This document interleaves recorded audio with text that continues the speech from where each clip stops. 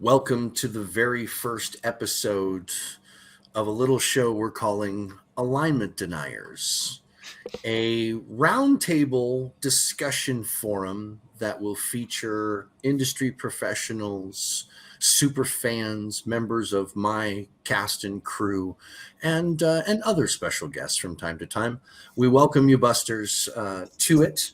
Today's topic is experience points.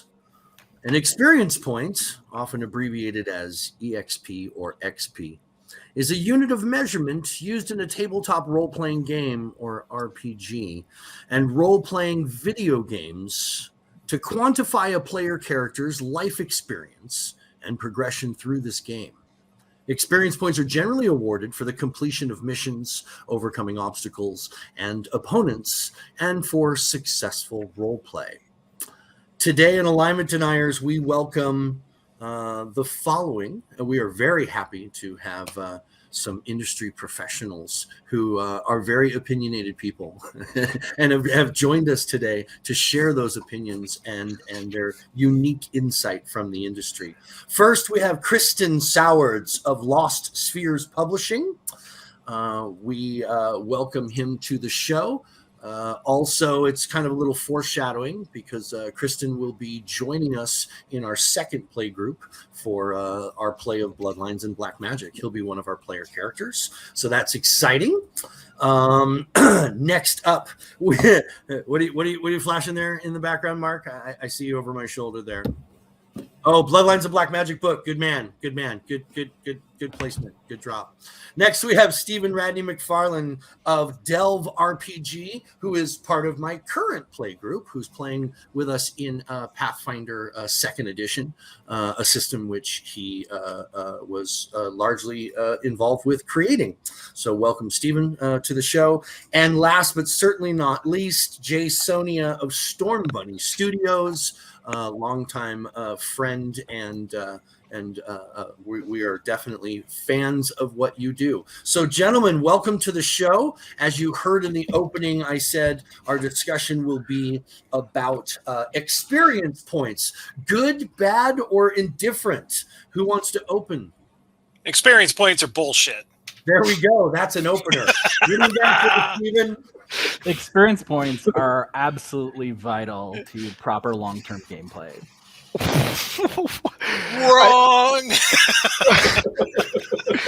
This is going to be a fun conversation. And apparently I will be the bridge builder here because I think it depends on the story or the narrative and the play experience desired. I think there's a place for experience points at some tables, but I think they detract from play at others. You will note I did say long-term. I did not disagree with that.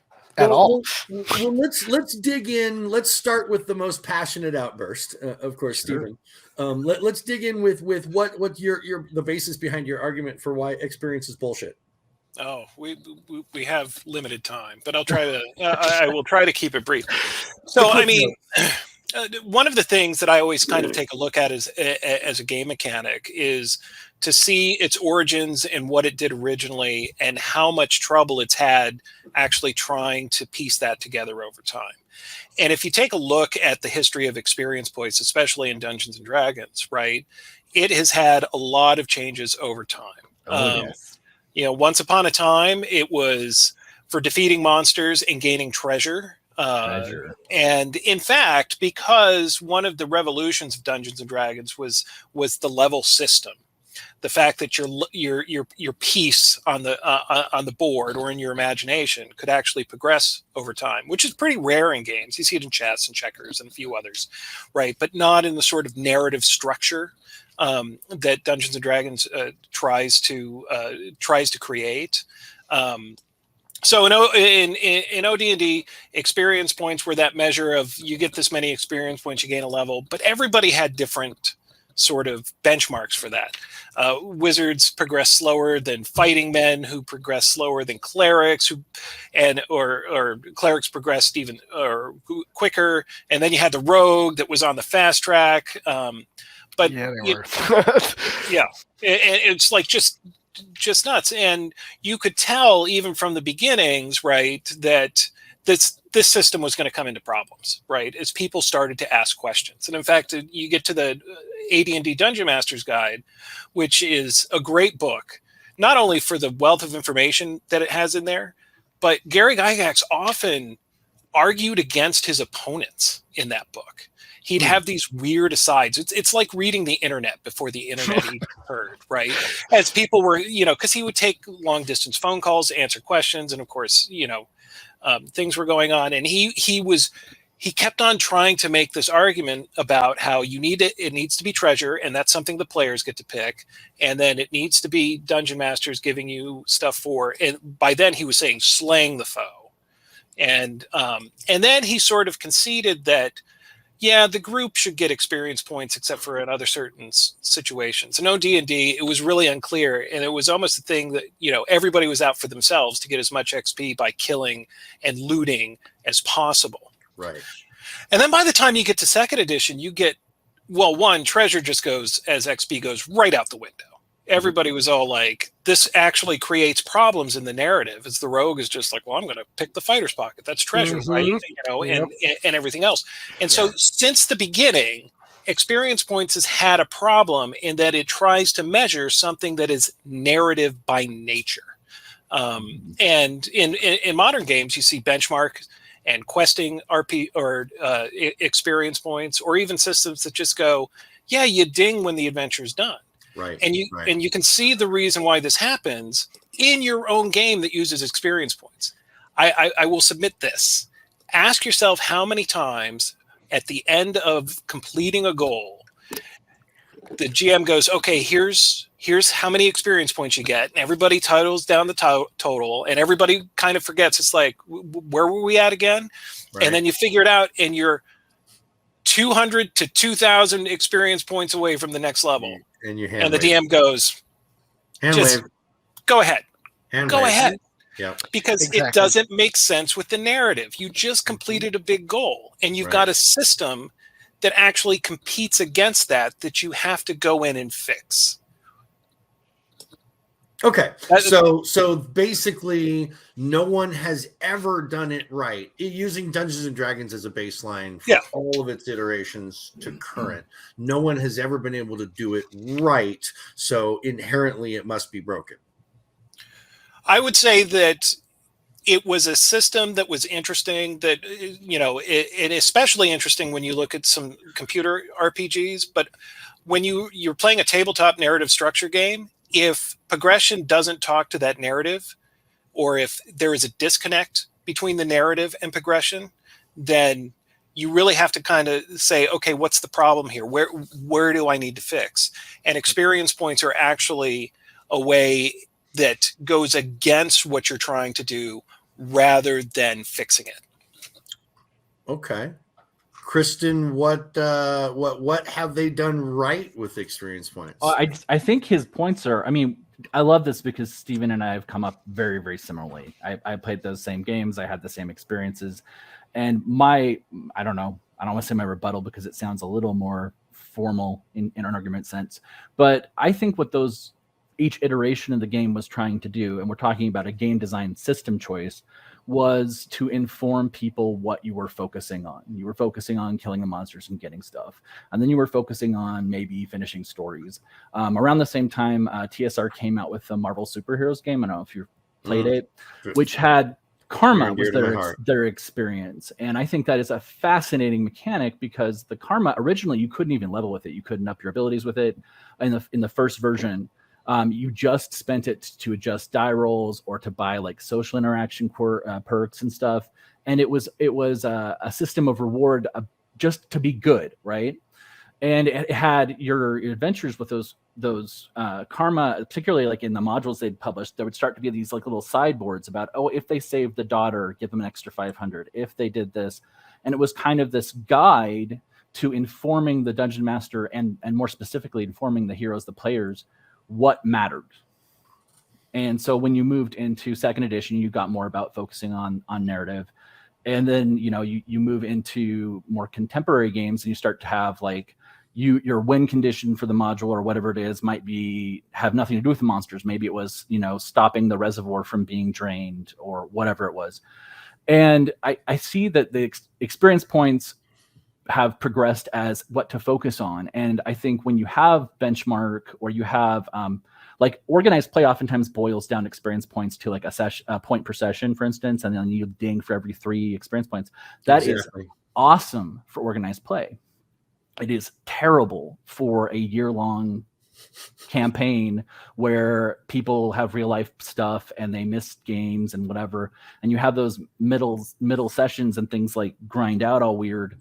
Like you might have 15 sessions to finish the single module. I would really question what you were doing with your time aside from drinking or smoking or something, but you might have 15 sessions to finish the thing. And so like awarding experience incrementally, which you need at least, dozens or hundreds of points to do, is still a way to tell people like, hey, I still cared that you showed up. You still played your character. You still did your thing. You can also then add it for good role playing, and it can be kind of the ding. And I know a lot of times people from like the karma angle, it also evolved into systems like action points or hero points or feint points. And those are another way you can reward that. But really, experience points become the Dungeon Master's tool to say what matters. And that becomes part of the post-session 0 healthy system of the game. You tell people what mattered. Was it just defeating the bad guy? Was it rescuing the daughter? Was it stopping the drug shipment? Was it crying in character because your character's brother died? I will award the shit out of that. I will dump experience points on you like, rain, if you are like that into the scene. And it also can tell you things like, do you value asymmetry? Do you want people to move? Like, I think bringing up the fighting man and magic user, that was clearly to de-incentivize people from playing magic users. They wanted people to play fighting men. They wanted people to basically play dramatic chainmail. And they were trying to penalize. It's the same thing when you played non-human races in 2nd edition. I don't know if you remember, but the experience points and the leveling system were wonky depending on your species. And, again, they were saying, play. Even after the OGL came out, you had that with APL adjustments back in 3.0 days. So, yes, absolutely. Absolutely. Yep. These false mechanical attempts to balance the scales. So I think what you're talking about from a design level, it's hard to speak to. But ultimately, it's a tool I think that a dungeon master or game master or storyteller needs in some capacity. And I'm going to jump in there and build. Please do, Jay. Because the thing that I keep hearing is 2 very, very experienced designers with a lot of time in gaming talking exclusively about tabletop, which we should be doing. However, we also have 20 plus years of electronic gaming, MMOs, Ataris, Nintendos, Xboxes, Sega Genesis, and now I sound super old, but still, we have all of these other games that have been born out of tabletop that some people like take Blizzard's World of Warcraft, for instance, that's like 20 years, right? People have an XP mechanic in that they're so accustomed to. Their kids have seen them playing these characters. And so that's a thing we're probably not going to get away from. I don't even think it's really that horrible when you see it for what it is, and that is an individual measurement of say, a character's progress and progression and a gauge by which they engage in their story. So you don't have inexperienced storytellers or inexperienced game designers saying, all right, you know what? The party's 2nd level. Yeah, they can fight a chimera with a dragon template and it breeds and all these additional elements. And then, and then the party wipes. They don't have a great experience. And they're like, whoa. And when you have, and I think that's really a system thing, right? Like that isn't just about tabletop games. It's about how we handle systems of information, and it gives us a gauge to kind of put things in perspective so that, a younger game master can look at a whole bunch of mechanics and material and say, okay, you know what? I know this is because of how this XP system works and whatever game is appropriate. I'm not going to go in that zone. I'm not going to go try to fight, the dragons at level 2 because I'm probably going to get wiped. And you see that zone mechanic. It's just baked into most MMOs now where you're literally in a safer environment that allows you to learn the game so that those mistakes mistakes you make that, you know, in real life we are trained out of for that first, you know, 15 to 18 years of our life or whatever. We have caretakers and guardians that make sure we have the right training so that we don't make those mistakes. And then they take the training wheels off, presumably. And, you know, maybe I'm crazy about it. But yeah, as you mentioned, in MMORPGs, there's the conning system or condition system where you can perceive a monster, and based on the color of its text, you can tell whether you've even got a fighting chance to fight it or not, which is great for the video game element. But I would hate that if I had that in my tabletop play. And it's not for everybody. And that's why I say, you know, and hence my comment at the beginning about bridging, because I can look at Kristen's argument and go, you know what, if you do want a long-term campaign and you do want, you know, something that really, you know, gives you a sense of legacy, then XP is and level progression is going to help you do that. But you can have that in the story as well. And I also agree with Steven, because you know what? It does create tons of problems. If you go back to old D&D and how rogues literally, if my memory serves, got 2 XP for every gold piece they got. And it doesn't matter where it came from. So these dudes, and that informed play style. There's a reason why many of us played rogues exclusively. Yep. Well, all right. So I'm gonna hand the mic over to Buster One.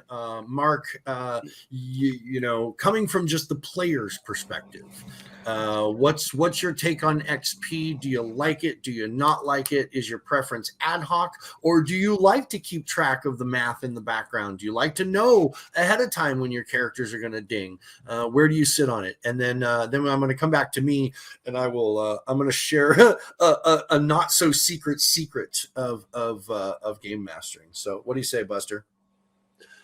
So I remember when I was a kid and I looked at the guide for the Advanced Player's Guide for first edition, and I was looking. I don't remember if it was a rogue or what class it was. It might have been a paladin. But I looked at it, and what I remember was this blurb where it talked about, in order to be really, really powerful, you had to be like 90 years old and have, you know, 900 guys and a giant cast and all this kind of stuff. And by the time you actually got to use any of these really cool powers that you could use in this class, you basically had aged yourself out of a career. And I'm like, well, this doesn't seem like it's any fun at all. So what my friends and I did at 12 was we just went into like the deities and demigods and created characters that were as powerful as those guys and ran around just like destroying entire, mythos because we could. Exactly, because that's what you do. Right. And so fast forward, to my video game experience, and something that my best friend Joe would say very often when we were playing a game was that the leveling systems are arbitrary and they're just a barrier to having fun, right? Because it's in order for me to, have the entire, suite of skills that I'm allowed in this class or game or what have you, I have to meet these XP barriers. I want all these toys right now. I don't want to have to wait. And I understand the game designer's reason behind that, but it's the same when I look at tabletop. It's like, I want all of these things. Why do I have to wait and do all these, various adventures to open up this entire suite of, skills or attributes or features?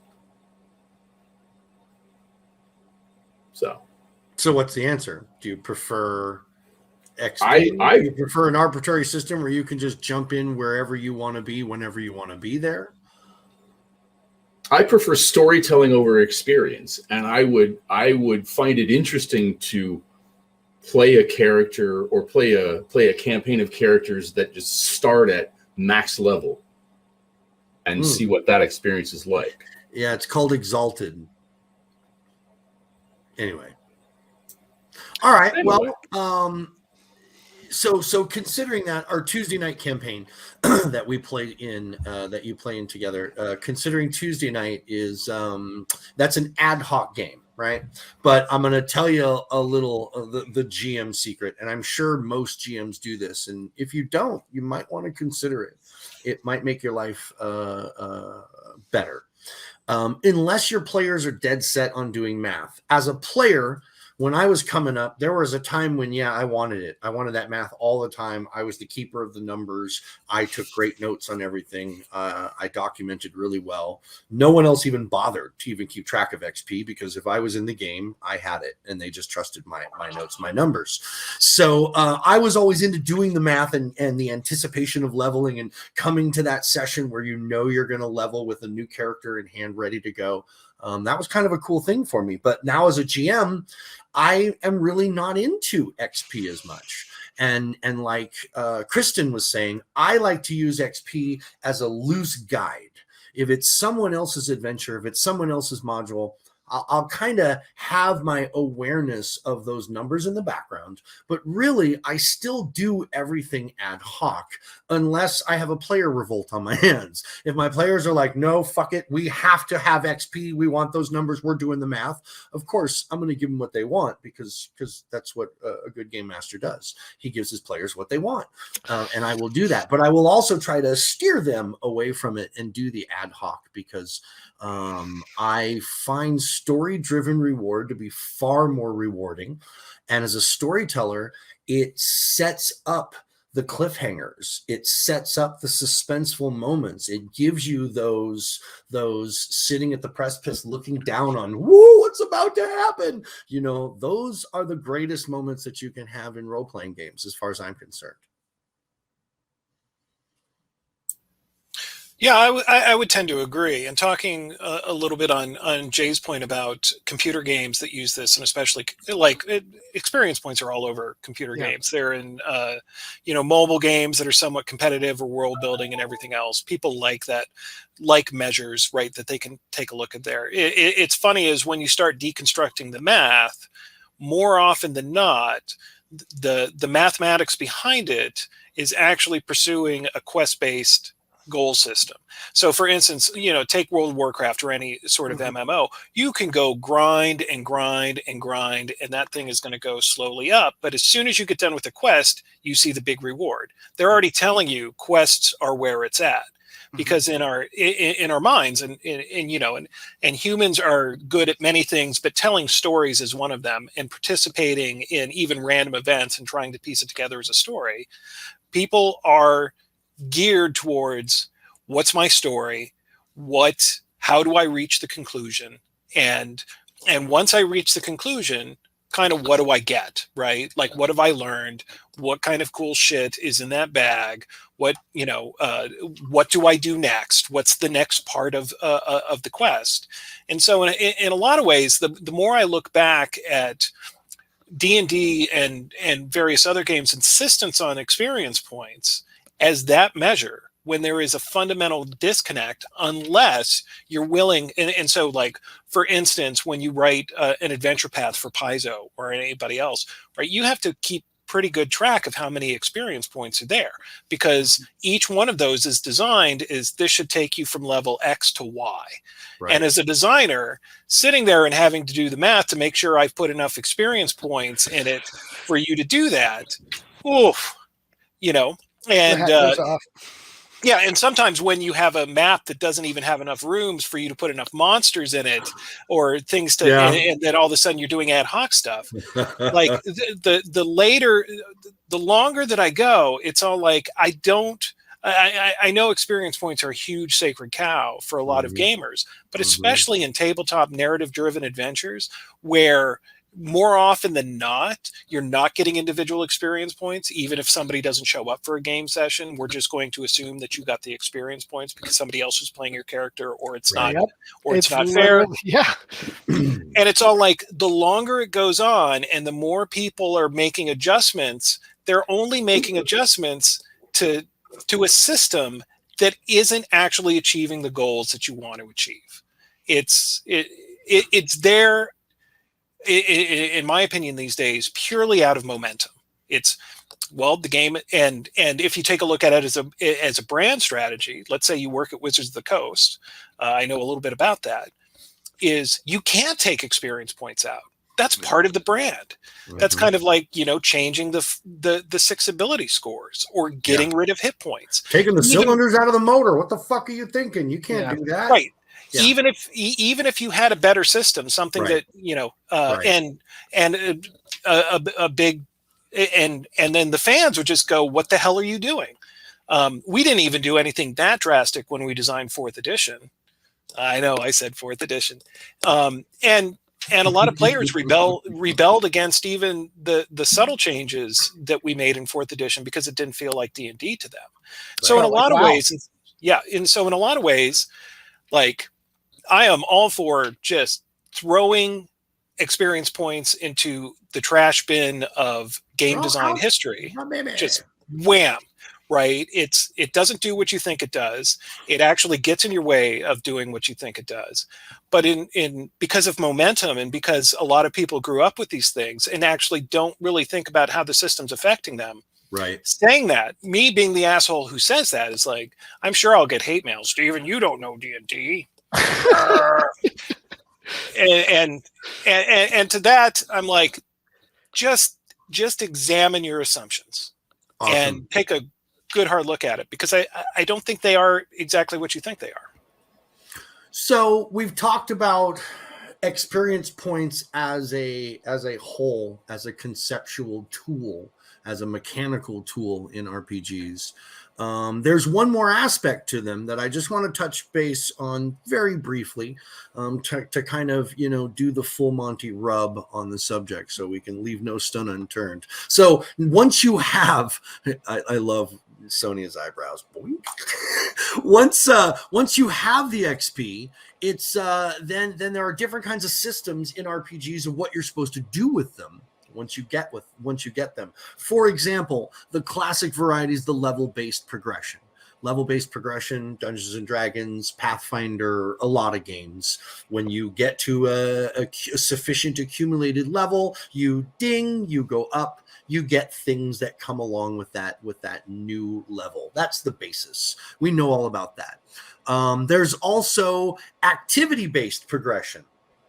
In some systems like Traveler, Call of Cthulhu, basic role-playing, and a few others, progression is based on individual statistics. And then finally, the last one that I can see, there's a free-form advancement, which is used in systems like GURP and hero systems in World of Darkness. So I just wanted to kind of throw out that, okay, so this is the XP pool, and now that you have them as a player and as a game designer and as in these different forms and these different game systems, there's different things that can be done with them. And does anybody have any particular feelings one way or another about those different ways? And would you ever want to experiment as a designer, out to the three of you? Would you ever want to experiment with one of those systems that's not necessarily keyed directly into what you've done in the past? Would you ever want to play around with that concept? I mean, I've played a lot of those games. And even if you were talking D&D, even 3035 introduced experience cost as a mechanic for things. 2nd edition had it too for magic items if you're a wizard. Wizards burned XP to make stuff. You betcha. Yeah. So I guess my point is, though, that, those systems are already out there, and I think people gravitate toward those systems if they like them.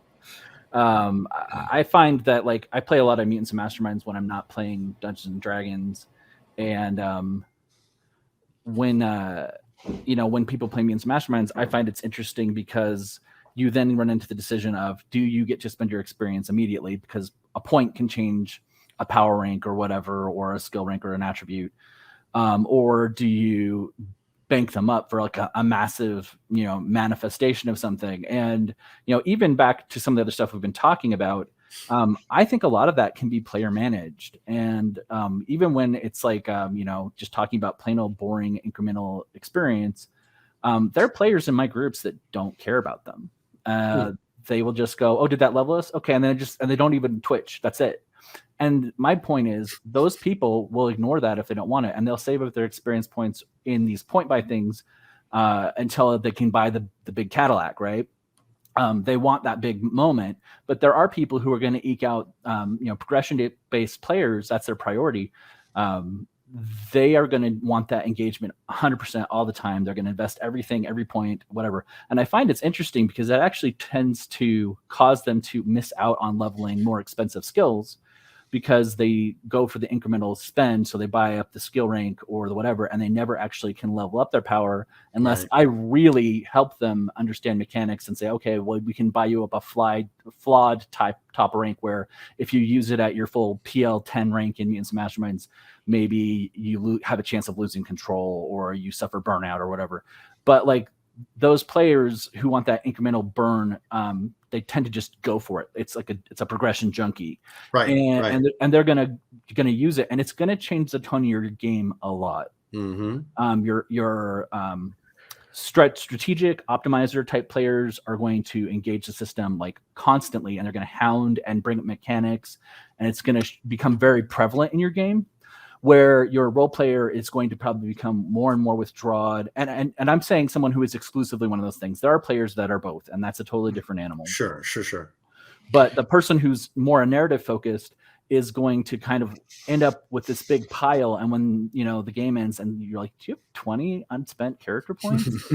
Like, yeah, I never really landed on anything in particular. Right. Sure. And that's what's going to happen is you're going to get this divergence of play styles impacting the actual mechanical reality of their character.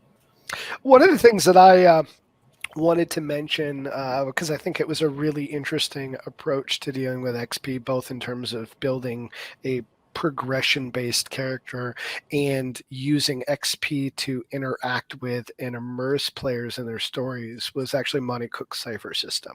One of the things I like about how they use XP is, while it certainly supports that classic, and I don't know a lot of cipher system, I haven't played a whole bunch of it, but when I did play it, it was one of the elements that I really enjoyed, because there was this cool idea that, well, yeah, you use XP to acquire powers and greater depth and level, and that's really about sustainability and durability for your character, right? But you also had options to spend those XP points for other players to interrupt scenes and to alter and shape those scenes. So when you see these XP points become less of a tool for just personal character progression, and they start to slip back into this element where they create immersion and cohesion with the group, because one player who hoards XP right over here may be like, oh, you know what?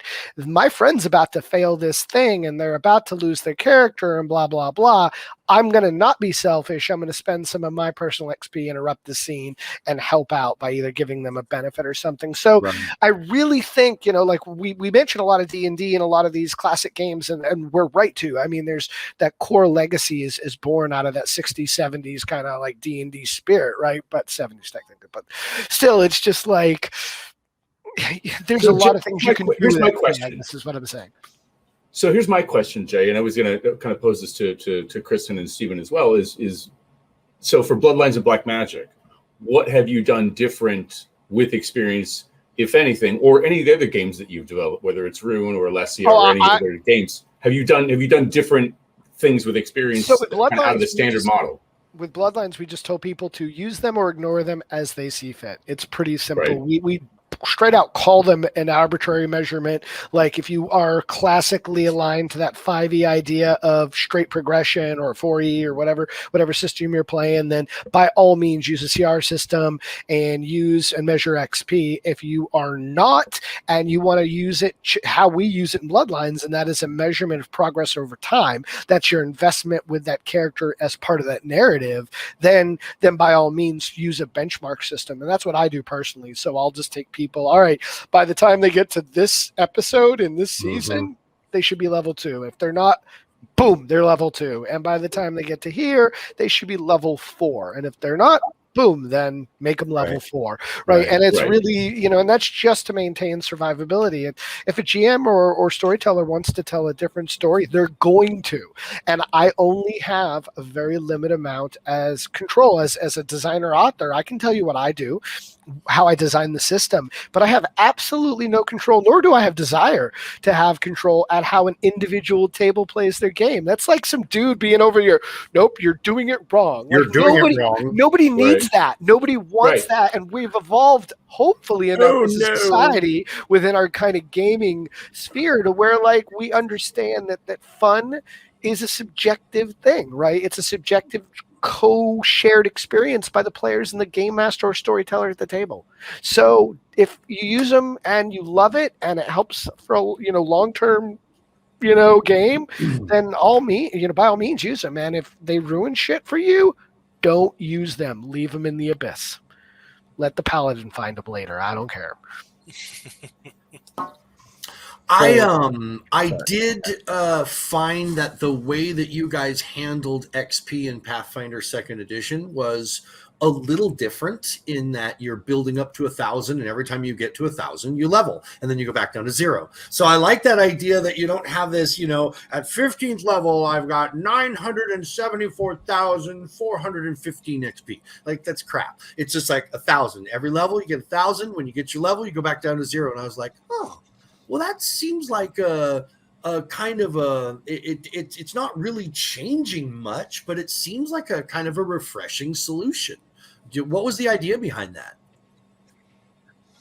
Well, the idea behind that is basically in the older systems, the numbers were relative anyway, and you had to do sort of a lot of jumping through the math in order to make sure that those numbers were relative. You always had a baseline. You want so many, of these kind of difficulty encounters before you ding a level, right? Mm-hmm. And those numbers are purely arbitrary. And in fact, Pathfinder 1st Edition, they have fast, slow, and whatever progression. And then, of course, right, in case you wanted to use lower level monsters or higher level monsters or lower level challenges or higher level challenges and everything else, you had to make this kind of strict numerical sort of scale where all the numbers just kept on getting bigger. Mm-hmm. And then, of course, your experience points numbers. And it was only there to make sure that that progression had some stability. And so then the idea was, well, why don't we just, instead of using all these big numbers, use a relatively smaller one? And then it's always relative towards your level anyway. And you have different kinds of encounters that are on the same scale. And then people, because some people are really comfortable with large numbers like that. Other people, as soon as you start getting over 1,000, they go like, oh, how much? Right? How much right. do we need again? And because of the level progression tables, it's all like, what do we need for 13th level again? And how close are we? Right. Because they don't, the percentages start, messing with their head and everything else. Ask your party what the total is. You get 5 different numbers and you're playing the average games. Well, I'm 3,000 up and I'm 2,000 right. down. All right, let's find this place in the middle. Yeah, and so it's all like, every time I level, I know I need 1,000 experience points. Right. Like, no matter what level you are. And of course we can jigger the numbers in the other way. It was basically a way to make a slightly shallower math problem for most people. Just because, we'd seen the problems with larger numbers, right? Yeah. And especially when you get into organized play sort of things, and they always have their own kind of thing. Like, and then the larger the numbers get, the more likely there is to be a mistake. That's just true. Right. And so if you keep it at a constant level and a relatively small number, less mistakes are made. Sure. I dig it. I found the whole thing to be true, but as per your earlier statement, but I just found that part to be really refreshing, and I'm actually looking forward to seeing how that works and having these discussions be like, we're at 930, no, we're at 940, no, we're at 950, instead of we're at 97,842. Right. So yeah, that's good stuff. Any closing thoughts or final words on the sacred cow that is XP, gentlemen? I definitely have at least one. First off, I don't really feel like I've been shook by anything that's been said against it so far. So there's that. But what I will also say is, when I'm running a game, my goal is for everybody at the table to have the thing they're drawn to, what they need. And I have progression-based players, and I have people who don't give a rat's ass. And the problem is, I can have experience, and my people who don't give a rat's ass about it can ignore it. But if there's no experience, I am leaving somebody out in the cold on something they want. And so I am walking away, leaving somebody who is spinning, who is like sitting there saying, why is my 5th edition Artificer feeling completely unchanged for several sessions, Mike? Anyway, that might have been directed a little, but yeah, you know, why do you leave somebody out there when you can give them something? A benchmark's going to leave that person who wants that moment of progression, even if it's just that feeling, because maybe in their real life they have a job where they do the same damn thing every day, and they literally have no sense of any moment of anything that they're getting closer to a goal since they left high school. And it's totally arbitrary. I get that. But the sensation of motion, the hope of progress, that is a drug people want. You kind of, and that's important too, into understanding the player base. And one of the things you mentioned at the beginning, Kristen, and I always love hearing, and I know this is probably something that brings a little hate to a couple of tables, especially with the grognards out there. But I think an episode / session 0 should just absolutely be essential, because when you're able to sit down, whether you're this classic, you know, Stranger Things played with your friends in the basement at 12 or whatever, or you're at a convention and you've never met the players at the table, or this is, you know, something you're revisiting later in life and you decided to, you know, return to gaming because it's less geeky and outsider culture now, for whatever reason, having that session 0, that episode 0, and discussing those very real wants and desires for that level of entertainment. You know, when you all sit down and go, hey guys, or girl, or whoever, right? Like, hey, other gamers, like, hey, y'all, what do we want? Yeah. What do y'all want? What are we trying to get out of this experience? When you have that conversation at the beginning and people have pretty, you know, very clear, concise goals, then things like XP and alignment, why you would deny it, I don't know. But when you have all those things like in your right there on the table, it's so much easier to deny it because it's not real, Jay. Right. And that's episode. That's another. No, we're not going to go. We're not going to go down that road. We're not going to go down that road right yet. Fair enough. What I can say about episode 0 as someone who's newly returned to the hobby. I've been in 2 different games. One where I was involved in a 0, one where I was not. I will never again play in a game in any system in any setting where I'm not involved in session 0. I will not do it. Wow. Okay. So. I would say, to sum up, I'm not unsympathetic to what Kristen has said, right? Absolutely, there should be goals and there should be progress. Yeah. And I'm not saying that, you know, just ending the quest should be the only thing that there is. In fact, in Delve, it uses a achievement quest system. And so usually 9 times out of 10, although you can fiddle around with this, all of the players know what their quest is, or at least they have some glimmer of an idea. Might change a little bit as they go on. But all the players also get achievements, right? Things that sing to them, usually. They could be group achievements or they can be individual achievements. Things that the GM can seed into the adventure that's all like, you know, you want to be the greatest rogue of all time and steal this thing that's unstealable or is like, that can be in the adventure. And then the thing that they get from that once they make the achievement is they get something early for their next level. And so they can get more hits, or they can increase the thing. There's also some things in, especially in the rogue, that they can spend achievements with underworld contacts to gain underworld enemies and new information and stuff like that, right? I mean, I'm all for having achievements in the game is paramount. My point is, experience points are the illusion of achievement rather than actual achievement. It's a game that's an illusion. Well, yeah, sure. It's all a fucking fiction. It's the exactly. illusion You're that's gonna tell me layered the on universe top is of a the hologram make-believe. too. Yeah, to talk to the things that you actually really want in a game, rather than making a system of numbers that it's all like that all it is kind of a measurement. It's all give people cool shit for the great things that they do. I like Kristen's comment about how by having it, he is being mindful and inclusive for the people who like to do that kind of math. So, and the people who don't care about it, don't care about it. But that is an important part, man. That's a very important part. But that's a great thing about math. You can do it for no reason at all. Yeah, exactly. We're all about inclusion, and we're all about giving people the kind of game that they want. full circle back to session zeros. Make sure that you're running and playing the kind of game that you want to be involved in with the type of people that you want to be playing with. That's why we do it, and it's an awesome thing to do. So it feels very much like Alignment Deniers #1 is in the can. Thank you much, gentlemen. I appreciate your positions and your opinions and your comments, and we will be inviting you back for further episodes. Of course, Kristen's going to be one of our players in Playgroup 2 in Bloodlines and Black Magic, playing through the Trouble in Black Hills, and of course, Jay is the senior developer of Bloodlines and Black Magic. The new edition is playing D20I, which is loosely based on 5e rules, but quite a bit has been changed. You should really check it out.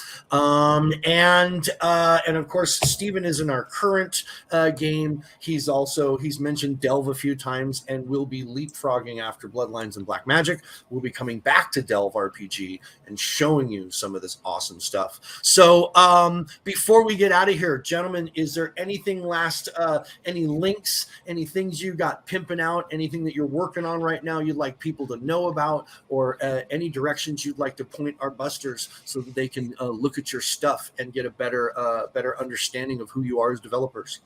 The only thing I'd point out is I was really excited about that show last Monday that I saw over on Norse Foundry, that Twitch streamer Ali Capone, who literally took Bloodlines and Black Magic and did this really cool one shot called the Disappearance of Daria Reede. I'll grab a link again and post it to the chat. But it was a 3-hour story that I watched last month, not yesterday, but the previous Monday, and I was just like, it was just a really cool, fun story. So I'll leave a link for that. That's awesome. Yeah. Awesome. Mr. Sowards, you got anything you want to pimp out? You can always check out lostspherespublishing.com or follow us on Facebook. There will be something launching very, very soon that I am not quite ready to send links out for. But if you like my slant on GMing and tabletop advice, there will be plenty more of it on its way toward you soon. Oh, fantastic. Awesome. And we look forward to helping you promote that stuff in the future. So, we'd like to do more things with Lost Spheres Publishing in the future and bring it to the Azmyth Busters game network for sure. And last but certainly not least, Stephen, anything you wanna kind of scratch an itch?